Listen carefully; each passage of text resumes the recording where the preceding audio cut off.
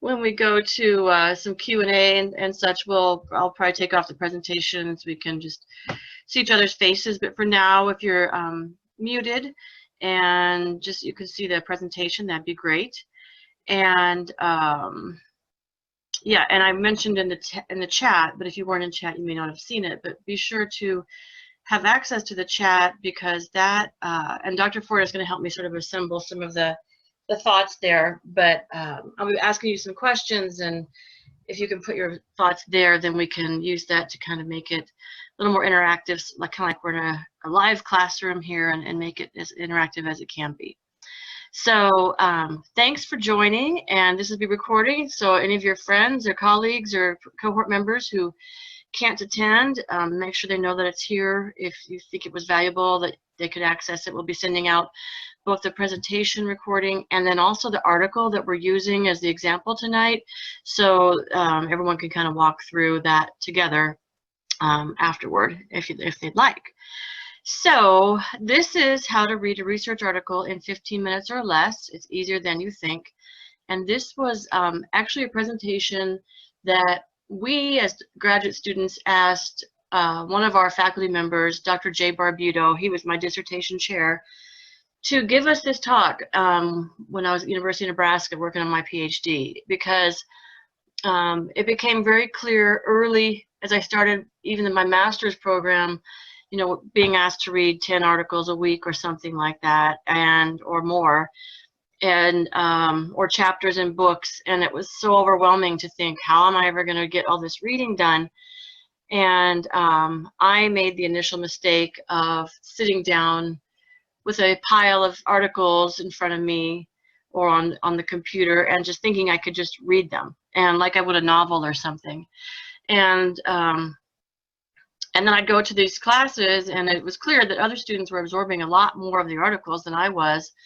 And or maybe you might see this in the discussion board, you know, someone's pulling out some really nice details of an article in a discussion board, and you're like, well, I didn't notice that. You know, I just kind of got the basics, or I didn't see that at all. And so, and that's fine, but this presentation is to help you learn when to read and think about when to read something really in depth, and when you can skim it and just know the basics, and somewhere in between. So again, we're glad you're here. So the basis of a lot of this is on this Parkinson's law, and you've maybe heard of this, but work expands to fill the time available for its completion. So I like to fill my time with not reading articles all day long, and I'm sure you're the same way. So if you know you have an hour or 2 hours on a Monday or Tuesday night to get the reading done for the week, or you say you're working on your dissertation, and you've only got a couple hours, and you've got a pile of work you want to get through, you know you have to, you know you have that 2 hours to get the work done. So if you read one article in 2 hours, you've read one article. If you read 10 articles in 2 hours, you've read 10 articles. It's just a different type of reading. So you don't want to be up till 2 a.m. reading the 10 articles, right? You'd rather get through them as succinctly and effectively as possible. So this Parkinson's law, as you're in your doctoral program, will always be something to learn from, because as you grow as leaders and professionals, you probably already see that the time that you allot for something, if you give yourself an hour, it's likely that it's going to take you an hour to do it. If you give yourself the whole day, it might take you the whole day to get it done. So that's kind of the basis of all of this, and hopefully we'll see how that pans out for us. And here's for our visual learners, effort and time allowed, they're not exactly paired synchronously. So you can give a lot of effort in the first hour, hour and a half. Say the time allowed is in hours. You know, say at the very end of that arrow you're at 4 hours. By the time you get to about an hour and 45 minutes, your effort is going to go down, because your brain just gets tired. Like, you just can't absorb the content and think actively for 4 hours straight. Even when I recommend this for people working on dissertations. You know, give yourself a couple hours, and then your brain's going to be tired. Maybe you do something like editing or something that's a little less tiresome and cognitively engaging. But so again, Parkinson's law. So allow yourself a decent amount of time, enough time, but don't think that you're going to spend a whole evening doing something. And given that you're all working adults, you've probably already figured this out. And maybe with this talk tonight, will just help you figure out how to be a little more efficient in your reading. So there's lots of different types of reading. You could pull out your favorite magazine, or a fiction novel, or a nonfiction how-to book of some kind, or you can pick up a research article. So we need to be thinking about when you might want to read an article in 15 minutes, or when might you want to take more time to read an article. So if you could just right now type in your chat, if you have some thoughts on this, you know, when would it be really beneficial just to get that article read in 15 minutes, and when is a time that you might need more time, want to spend more time really getting all the details of the article. So I'm going to give you about 30 seconds here to put some thoughts on that chat. I wish I had some music for you, but I don't have music. I could sing, but that wouldn't be very much fun for you. And let me see, let me look at this chat here. Okay, I'm gonna look at the chat. See what's popping up.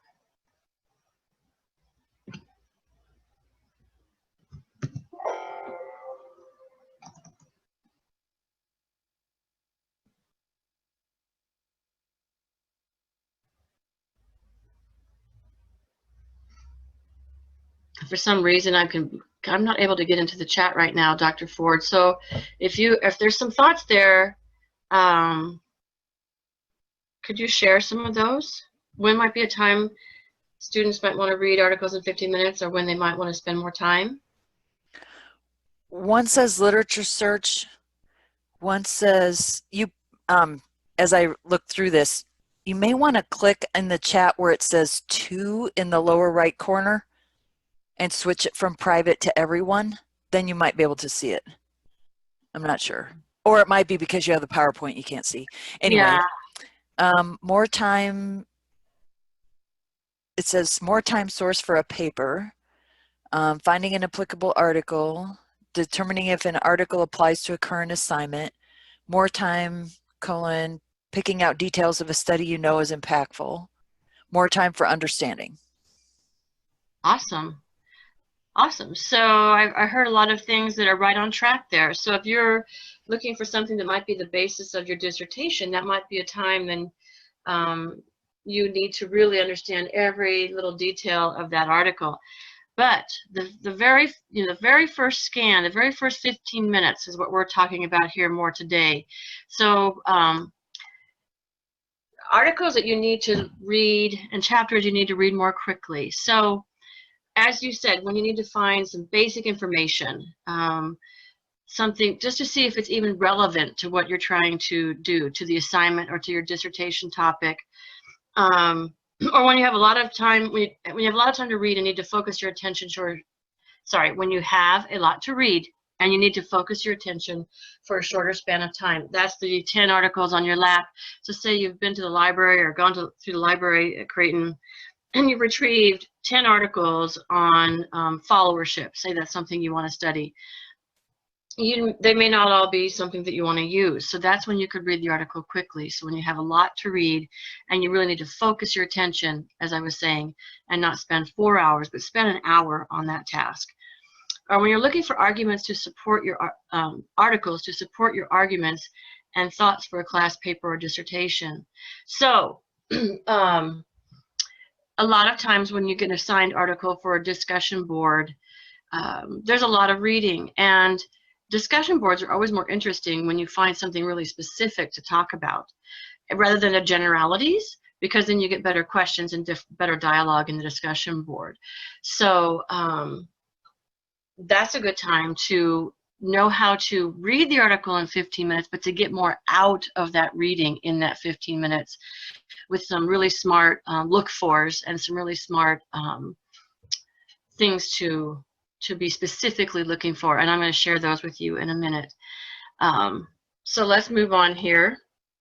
So the articles that you really want to know really, really well, those that directly relate to your dissertation topic. Let's just stick with followership. Say you want to understand how, as a leader, you can build a great following and really enhance the people that follow you and build strong relationships.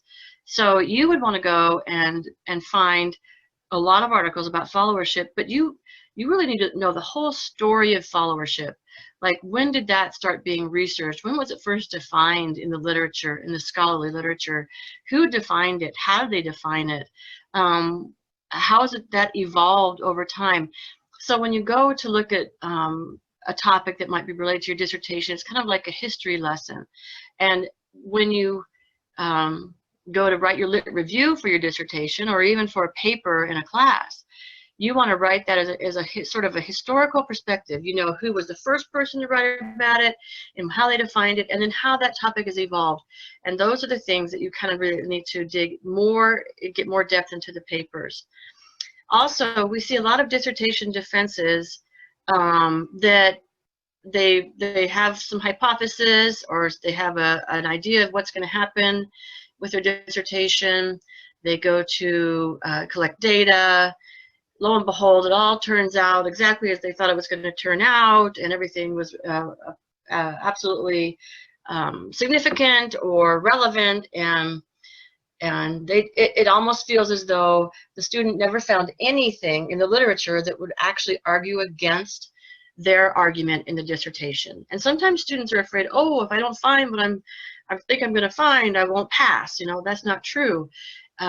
The best dissertations are one that look at things from multiple angles. And really, when people are doing qualitative research, biases is a huge deal. You have a passion about something, so you want to find everything you can in the literature that talks about your point of view.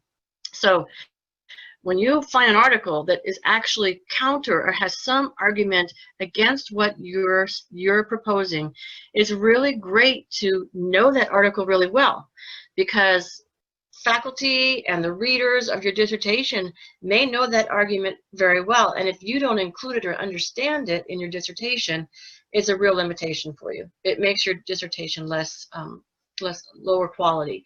So be looking for something. Say someone says followership is all a bunch of malarkey, and actually it should be leaders, you know, commanding control and not worrying about what their followers think, and is more hierarchical. There's a lot of work out there like that. So you've got to, that's when you need to know the depth of an article, for example. Those are articles that are seminal articles in the field, i.e. Transformational Leadership, Burns, 1978. So that one, you need to know, why did he start developing the theory of transformational leadership in 1978? How did he do that? Was it a book? Was it an article? Was it a chapter? And then how did it evolve? So again, that history lesson is like knowing the history of World War I or something, in that you know all the basic events and you can articulate them, not word for word, but you can understand the essence of those articles. And that's what the article you will end up spending more time on. Those articles that contain any sort of analysis, statistical or qualitative or method, that you think you might use in your research, those are ones that you could study a lot. Because say you want to do a phenomenological study or a narrative or a grounded theory, if you find a great example of a grounded theory paper, that's one you want to study, because that's like a roadmap for how you would actually do your work, how you would do your research. And so find a couple of them and spend an hour on each or more figuring out what they actually did. And when I was writing, starting to write in a scholarly manner, sometimes just understanding how they start a paragraph is immensely helpful, because this is such a different type of writing. So, you know, what words do they use to start paragraphs? What words do they use to make transitions between paragraphs? How do they validate their study? How do they ensure it's reliable? All those things, they're in those articles. And so find a great example and get that thing solid in your head, because it can be like your roadmap. Another great paper or type of paper that you would want to spend more time on is a meta-analysis that is about your topic. So when I was in grad school, we did a meta-analysis on influence tactics, and I did it with Jay Barbuto, and what meta-analysis does, it's a summary of all the research that's out there on a topic. So say followership in 10 years has been, it's relatively new now, but say in 10 years, there's been a lot of research on it, and they've looked at it from a lot of different angles, and they kind of know everything there is to know pretty much about followership. So that is that's a type of paper that, man, it's like having 25 papers right in your hand. And so if you spend some time really absorbing it, graphing it, making notes about it, that's a great time to invest time. So I want to hear your ideas. I want a couple other ideas about a time when it's an article, a type of situation where it'd be good to have a quick read, and another time when you want to spend more time on your dissertation. So again, about 30 seconds. If you could just put something in the chat, if you have a thought, that'd be really great.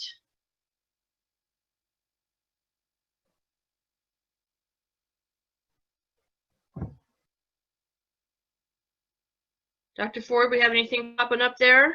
Not yet. Oh, come on, kids. I think they're thinking about it. Okay. Well, I'll drive on. I'll drive on here. So a word about searching for what you want. So I'm imagining you, much like I was and Dr. Ford was when we were in graduate school, and now when we're wanting to research a certain topic, we're thinking about, okay, I need to find papers on I'm thinking about adaptive leadership a lot lately. I need to find something about adaptive leadership. So of course, I'm going to put in adaptive leadership, and there's going to be a billion articles that pop up. But I need to really think about, what do I really want to know about adaptive leadership? So, what are the outcomes? Is there any research on the outcomes of an adaptive leadership model? And to be honest, I don't even know if there are. So when you want to learn something, in this example, we talk about servant leadership. So let's say you want to learn about servant leadership and its origins. So how in the heck did servant leadership even become something that we thought was a valid leadership theory or a practice?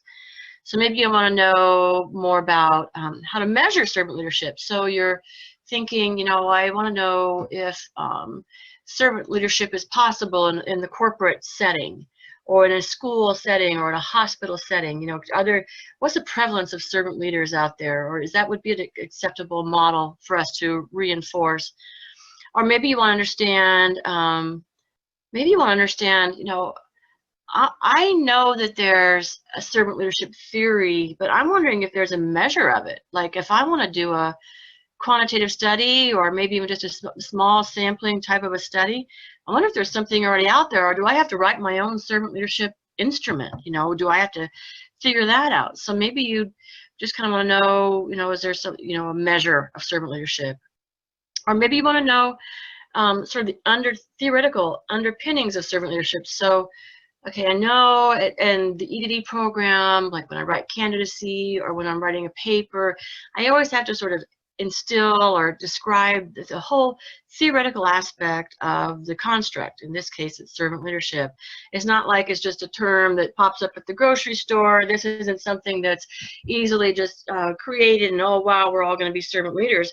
There's actually been a lot of thought and historical work, literature, academic work done on servant leadership, but I don't know what those are. Yeah, so I'd love to learn about that. And then, so what would you search for? What keywords would you use? So again, I'm going to send you to that chat. I don't know if anybody, brave souls, will do it, but say you want to know about servant leadership and validated measures. So what would you put into the search terms? Any brave souls out there?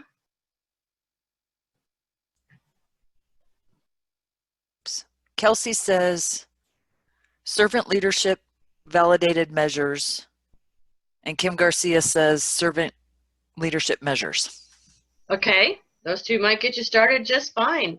That's awesome. And you all know to use quotes, quotation marks around things, the words you want to actually have search for. I hope that that's something you've learned, so that it helps narrow. You don't get every variable or potential matching. It kind of helps limit that down. And then Okay. Jennifer, Derek also said, as you just mentioned, the quotes servant leadership, and then the word and then quotes again validated measures. Excellent. Excellent. That's exactly right. So perfect. Good job. So let's start with this. We're gonna go through this now. So how do we read a research article in 15 minutes? Let's start with the title. Always start with the title. So you've put in servant leadership and validated measures, and you probably have, I don't know, 1,000, 1,500, I don't know, pops, hits. Come on. So you have to start scrolling through those. And so this is why you have to know what you're actually looking for. So in this case, start with the title and ask yourself, does this article look like it could be helpful to me? If maybe or yes, click on it, and maybe if you can if you have access to the full article in a PDF or something, you could read it in 15 minutes. But if nothing else, you can just look at the title. So here's the title. Scale development and construct clarification of servant leadership. So, given our search, and what we said was, we want to know if there's a way to measure servant leadership. Scale development, that sounds like something, I think I've heard a scale is a way to, like an instrument or a survey of some kind. And in this academic literature, academic terms, that's kind of what a scale is.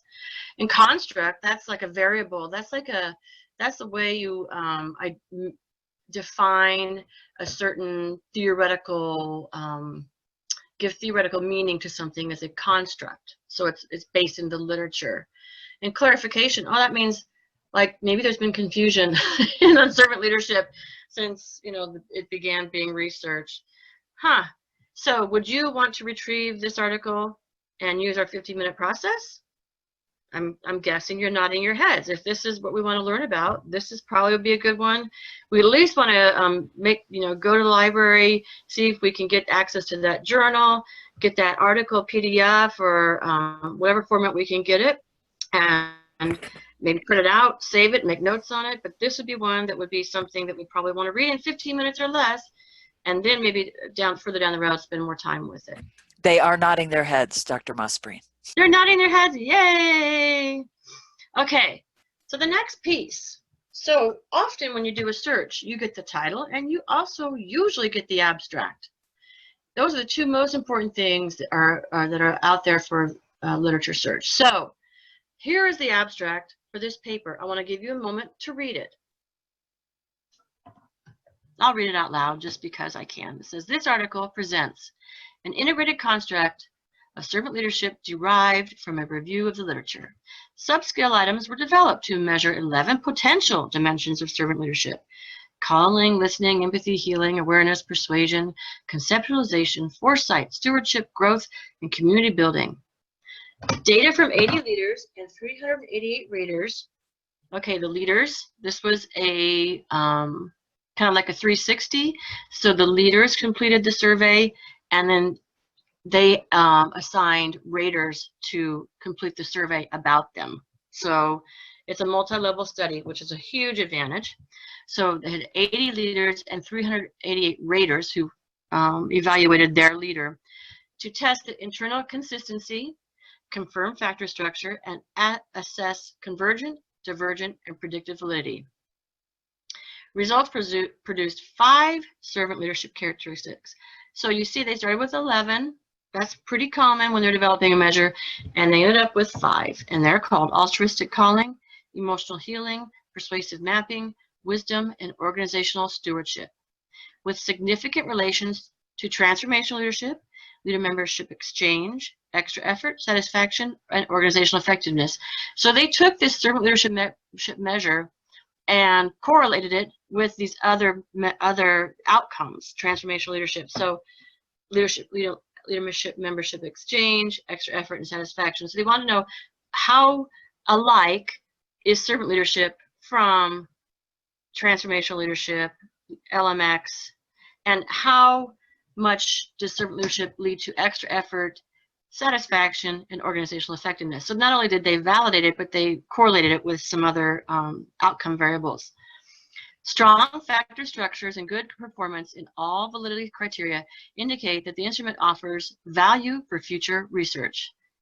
Woohoo, that's a home run. So what can we learn from this abstract? We learned a lot, right? I think you're probably nodding your heads again. So now we knew from the title that this looked like a good one, but now from this, with this abstract in our back pocket, this is what I like about the 15 minutes. With this abstract, a well-written abstract tells us everything we need to know. So you could go, and I'm not saying you should always do this, but you could go to your instructor or to a peer and say, you know what, there's a servant leadership measure developed by Barbuto and Wheeler, and it was a multi-level study, and they correlated it with some outcome variables, and they found positive relationships with those, and it looks like it was valid and reliable, and it was a really good, well-done study. And I think this is something I want to use for my dissertation. You know what? That your dissertation chair would be smiling from ear to ear. Hallelujah, hallelujah, because this means that you know what you're doing, and you know you're not going to go out there and write your own measure of servant leadership, and you know some of the history of servant leadership. So, good deal, huh? So let's go through what we learned from this abstract. We learned that they developed a measure of servant leadership derived from the literature. When you see this article, you're going to be so pumped because you're going to see, oh my gosh, that's how they do that. They give a complete historical review of all the different perspectives of servant leadership. And then they put it in a little, tiny little point with their measure that they developed. And it's like that funnel we talk about a lot. Starts out very wide with lots of different ideas about servant leadership. And they took it down, all the way down to a way to measure it and develop 5 subscales or subscales or factors in the measure that are each defined separately. So that's something students don't realize either, that surveys usually have independent factors within them that are all validated separately. So that's cool science to develop a measure. So 11 initial subscales were developed. They had data from 80 leaders and 388 raters. You know what that means now. It means that raters evaluated their leaders on these areas, and the leaders evaluated themselves. Just going back to that, it's important, it's optimal if you can do a multi-level study. No one really does because it's hard to accomplish, but there's a rater bias if you're rating yourself on servant leadership.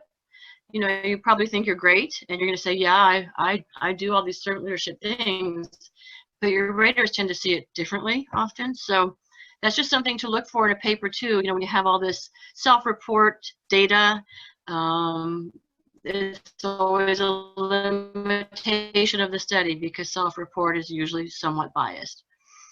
They tested the internal consistency, they confirmed the factor structure, they assessed convergent, divergent, and predictive validity. That is stuff you'll get into when you get into 812 and maybe 850, the quant class, but mostly 812 when you start thinking about what validity is, and resulted in 5 servant leader factors, and they had there were significant relationships, correlations to these other variables. And strong factor structures. A factor is strong when it measures at 0.70 or above. And we'll look at this a little bit later, but when you look at a correlation table, I believe there's one in this paper. Correlation tables are fantastic because they always have to list the factor structure. So I wish I had that right in front of me right now, but it's called the Cronbach alpha, and every factor, say it's made up of like 10 different items. If it's valid and reliable, it measures above 0.70.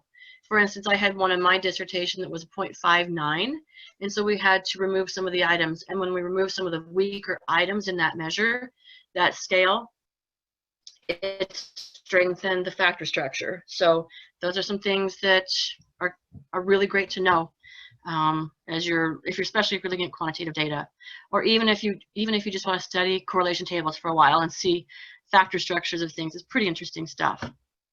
So what do we do now? What further questions do we have? So you can send some questions to chat now, but what do we know about this paper now? Tell me what we know. I've told you what we know, but I'd like you to go back and let me know what you know. One thing that you've learned about this paper. And then what do you need to know? Jennifer, while they think about that, because that may take them a minute to come up with something, Azur had a question for you. Okay. It says, is it necessary for the chair to view every article selected for the dissertation according to your example? For the chair to review? Right, because you were talking about how if you brought that article to your chair that the chair would be excited. It's not. No, it is absolutely not required. If your chair will likely know, the articles they would kind of like you to find. And like if you want to, the reason I said that, Azur, is because if you wanted to study servant leadership and you arrived at your dissertation chairs in a meeting or in a call, or you said, hey, I found this paper through email, they'd be very excited because they're like, yes, that means that Azur knows how she's going to measure it. And but no, not every paper, for sure. That would be that'd be thousands and thousands and thousands of papers that, a lot of it is, and that's why we're doing this, because some papers are supportive and some papers are essential, right, that you cite. And so you need both kinds. Okay, you have a couple responses now to your inquiry. Okay. Kim says, we know a multi-rater approach was used. We don't know what are the details about the participants of this study. Good. Let's see here. I can't tell what Foster's first name is. Sorry, Foster. You need to know when the research was done, i.e. in the last decade versus 20 years ago. Also need to know the applicable industry studied. Oh, thanks. Foster is Nancy. Thank you, Nancy. So those are the responses so far. And Azur notes, every once in a while, your audio sounds like it's twanging.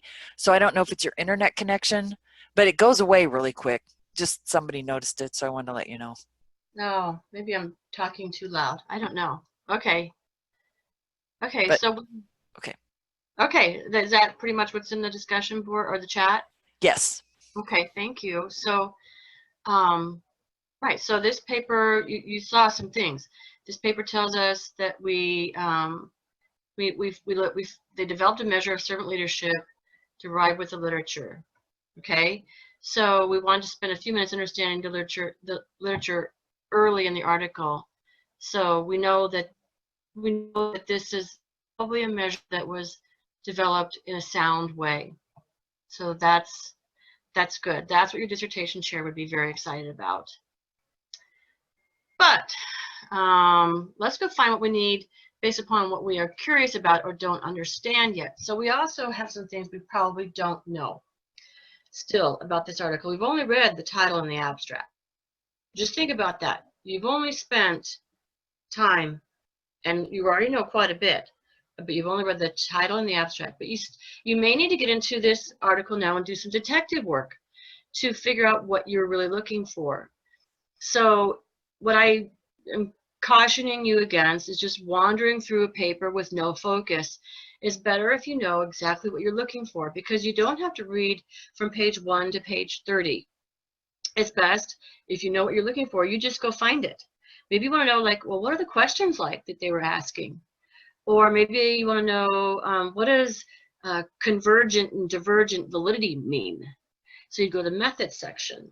So this is the science part. This is where the 15 minutes comes in, because you've read the title, you've read the abstract, And you must be curious about one or two things. If it's something that's, really you think will be really helpful to you, you would want to know exactly what you're looking for, and go ahead and jump to that part of the paper and circle it and make notes in the paper, or make, if you're, I don't know how you store and document your work with what you read in papers, but have that at the ready so you can say, yep, this is what they did, and then move on to the next paper, and in 15 minutes you've got probably the essence of what you need to know from this paper.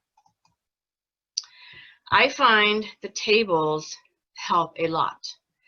Tables take lots of words and put them into a picture. I'm a visual learner, and many of you probably are too, but if you look at table 1 in the paper, let me see if I don't have it. I'm going to go, let me hear, just a second. I have the paper pulled up.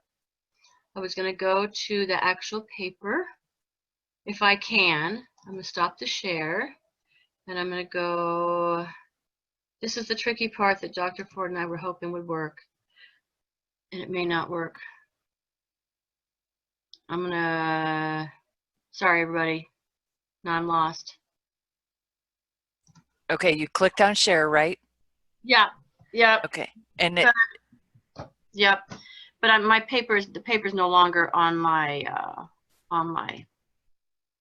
here, maybe I can find it here. I have it on my sorry kids, I'm gonna get there.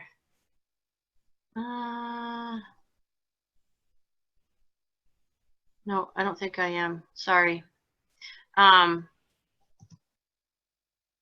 is it on your desktop? There you go. Something's happening. Oh, you're back to your PowerPoint. Okay. Sorry. Sorry. That's okay. No, I'm flustered. I'm just gonna. We're gonna send you the article, but what we were talking about was table 1.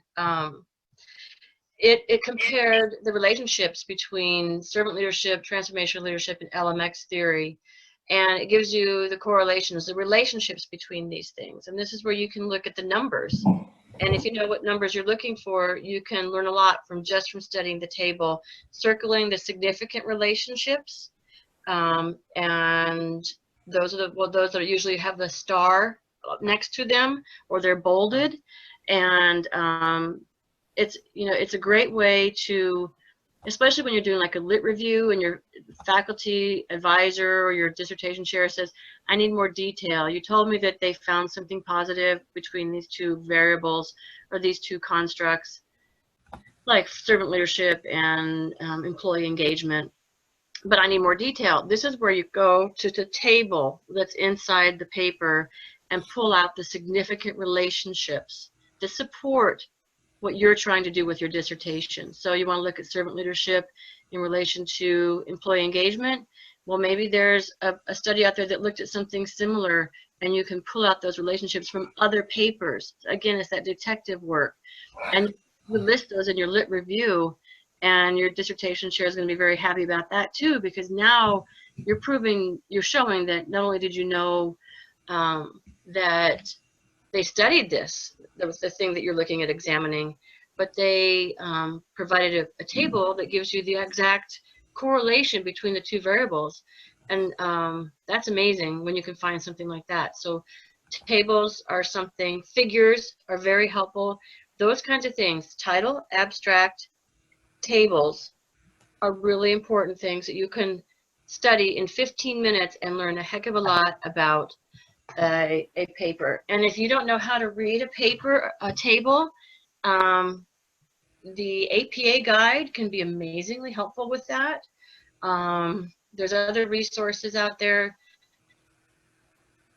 that you can look up, but look up, find correlation table, regression table, chi-square table. Look for those and print them off, keep them by your desk, and keep them as a cheat sheet so you know exactly, because there's all kinds of numbers and letters and italics and stars and asterisks and stuff. So once you know what you're looking for, it's very easy. A lot of, when we teach 804, as a class I often teach, we look at, I ask Jennifer, you're people cutting to out. pull out the results, and it's like, uh-oh, okay. I'm gonna move to another room because maybe this room the wireless isn't good. Is it better? That's a good idea. Yes, that's better. Thank you. Okay. So I was just saying, keep a I don't know how much you missed, but I was saying to keep sample tables near where you're going to be doing your work, so that if you need to remember what to look for in a correlation table, you can see it right there. So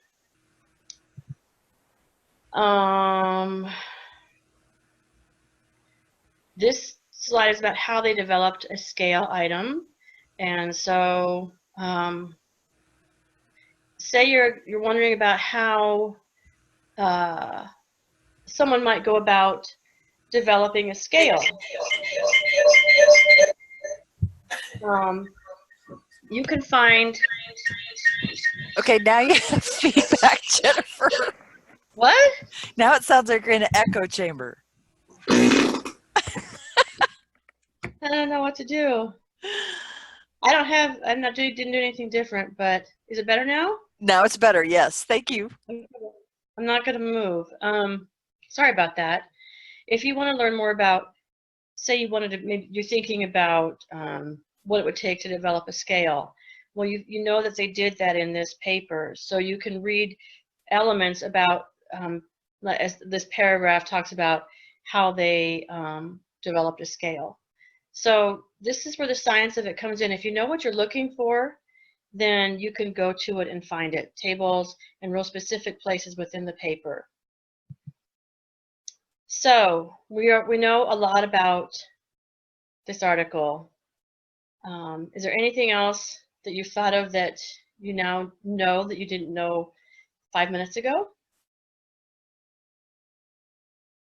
You could put that into chat.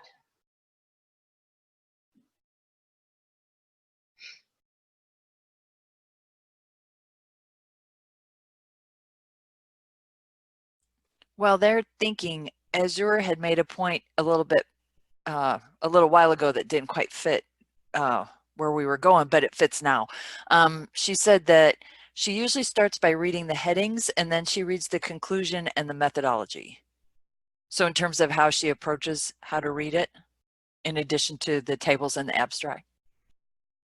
Okay.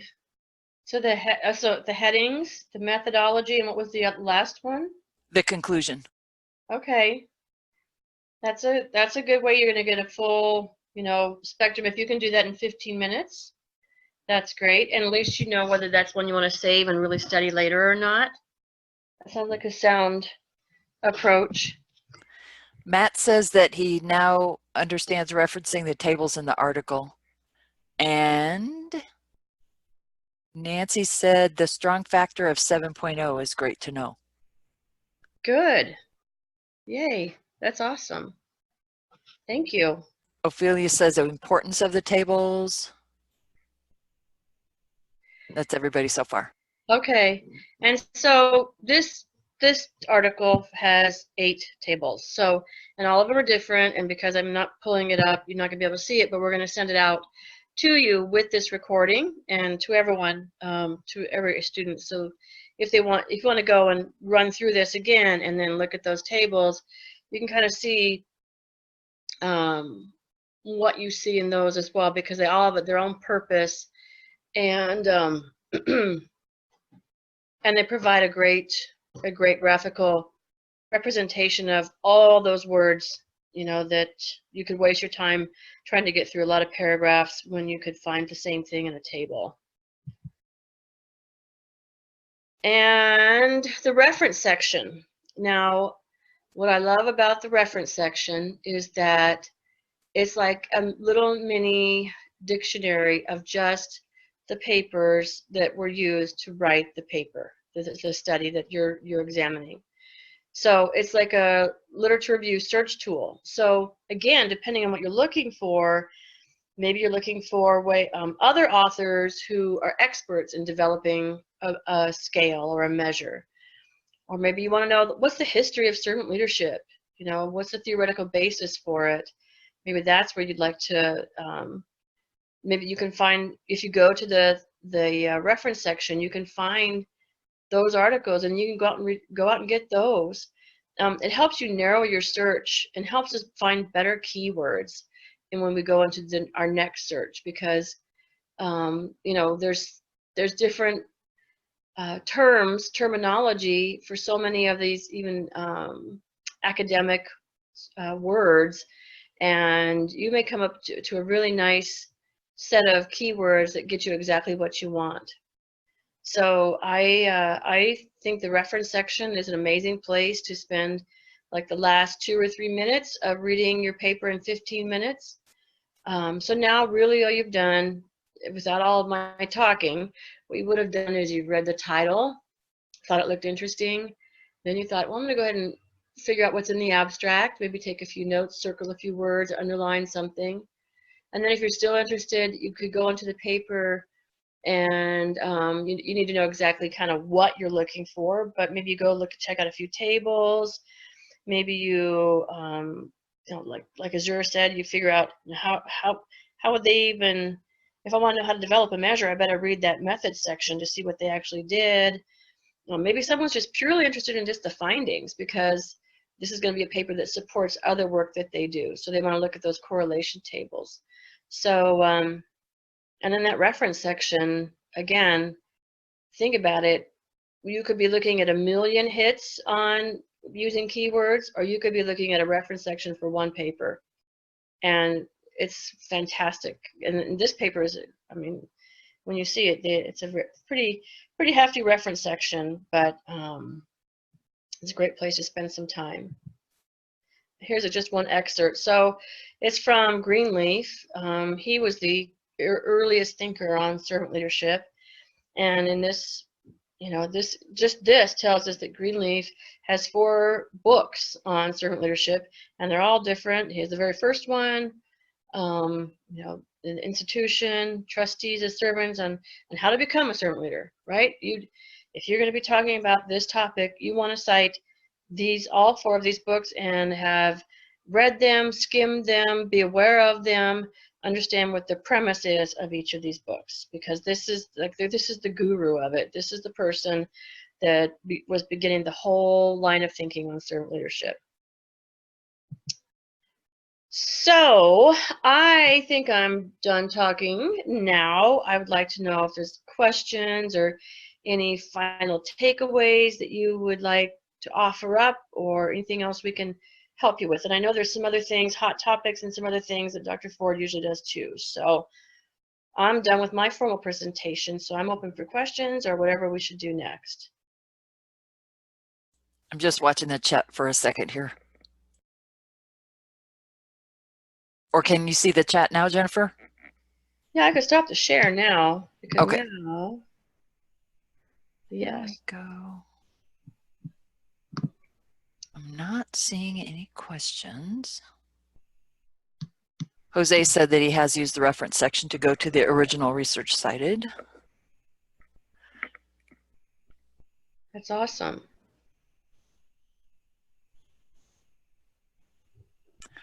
Okay, not seeing any questions about this topic in the chat for now. I don't have a list of hot topics since we're in the middle of the term. Are there any questions that people have about the program, about how things are going, anything in particular?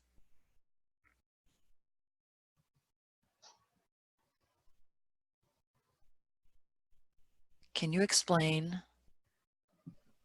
the retreat email opportunity that was sent out? Do you know about that, Jennifer?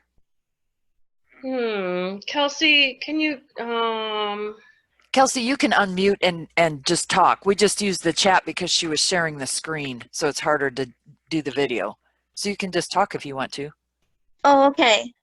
I don't have my video turned on, but that's okay. There was an email that came out about like on-campus session that we could come to. And I can't find it in my Outlook anymore. I'm not sure where it went. But I was in the most recent cohort that came on campus, and we had talked about like coming back, and you guys had said there was going to be some opportunity to come back to campus for some more learning. And I saw an email come across. It's not the writing workshop. I thought it was something different. We do But have our maybe I'm orientation dreaming. coming up. We do have our orientation coming up. I wonder if there was something you were invited, because we did invite students to come to the orientation reception, and that's. And Candace, do you want to talk about your trust workshop? I'll bet that's what it Oh, I is. bet And that's Jose what it is. says the same thing too. Yep, that's what it is. Okay, Dr. Bloomquist will be here shortly, I think. She was on. No. You're okay, wait 1 second. Let me check. It's March 12th at 75 North, and it's Dr. Martin and Dr. Bloomquist are facilitating the full day workshop. Hello? There she is. Sorry, can you hear me? There she is. Go ahead, Candace. Okay. Thanks for your question, Kelsey. So the trust workshop is going to be on March 12th, Tuesday, from 9 until 4 at Highlander. I know that some folks aren't obviously able to attend that are via distance, so we are planning to do a mini workshop as the April, right, Deb? JayTalk.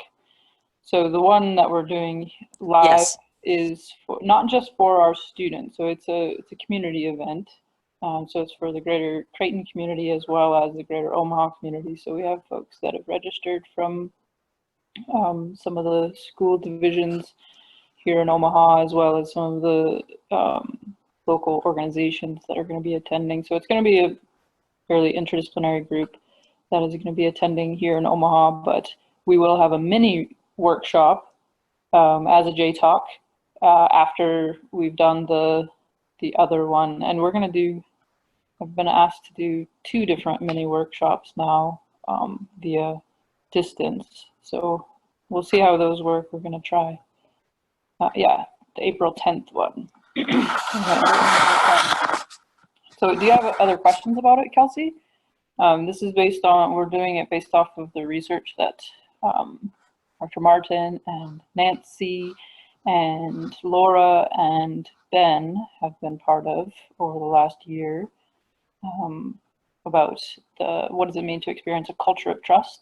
So that was our research project, and this is the culminating kind of community event that we're doing in Omaha for that.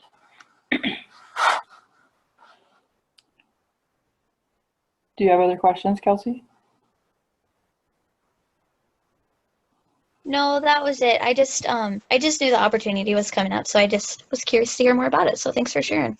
Yeah, so there's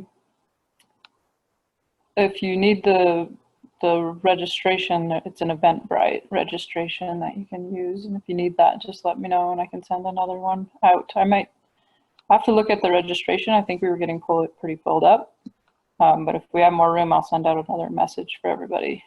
So check that, check your email or the Facebook page. I'll probably post it again on the Facebook page.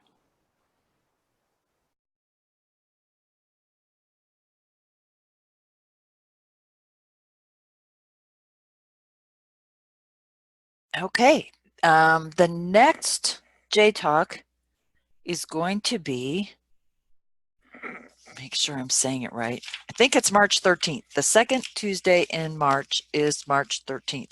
And that one we're going to do a special kind of presentation. Do you want to talk about that as well, Dr. Bloomquist? Sure. So I've invited 3 scholar practitioners. So actually, Deb knows one of them more than I know him, Ryan, and then Rebecca, who some of you may have had Dr. Shively in classes before. She's taught some of our classes like K-12 and 802 for us. She's been dissertation chair for some folks, or committee member. And then Dr. Speranza, Carly Speranza, will also be on the panel where we're going to talk about how time impacts ethical decision making. So this was something that Dr. Speranza brought up and wanted to kind of dive a little bit deeper into. And so we're going to talk a little bit about trying to make ethical decisions in pressure types of situations, whether your daily situation, and how time impacts the ability to go through the ethical decision-making process to come up with alternatives. So we're going to do a panel discussion on that, and welcome everyone to kind of, I'll be moderating kind of with some basic questions to start off our panelists. And then I welcome y'all to bring in additional questions around that topic for our panel guests as well. So thank you. There's 11 spaces left. Okay, good. So if there's other folks that want to come. Yeah, we'll do for the JayTalk for March, we'll do the 7:30 time for that as well. Yeah, thanks, Chris. Okay, thank you. Chris, you said you did not get the email. That was sent, are you enrolled this term? Yes. Okay, I'll send an email to. Well, who did it come from? I might have gotten it, to be honest with you. It may have looked like one of those non-specific announcements. We get some stuff from like student government too, so. Oh, yeah. Candace, did you send that? Sorry, Dr. Bloomquist, did you send that? That's okay. It came through the Eventbrite system. Oh, so, okay. Maybe I thought it might have spammed. I'll look for it. I'll look for possible. Yeah, because it's. Right. I don't think I can be there. Our listserv. I used our listserv, but then I entered it into the Eventbrite system. I'll look for it. It might be there. Okay. Yeah. Okay. Are there any other questions? Burning topics?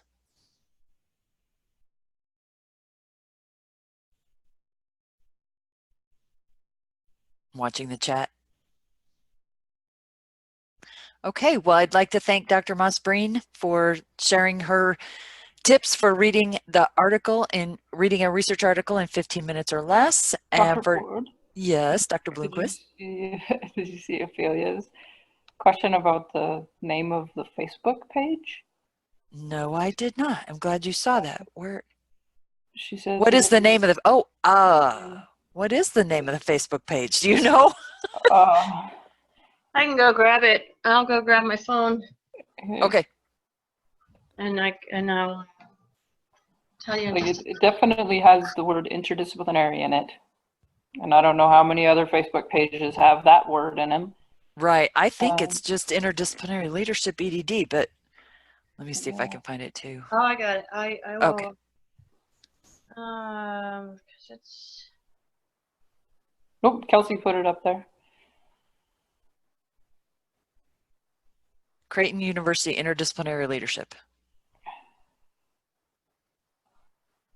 We've also been, Lydia Holtz has also been posting pictures as people defend their dissertations and other kinds of events that we have in the department.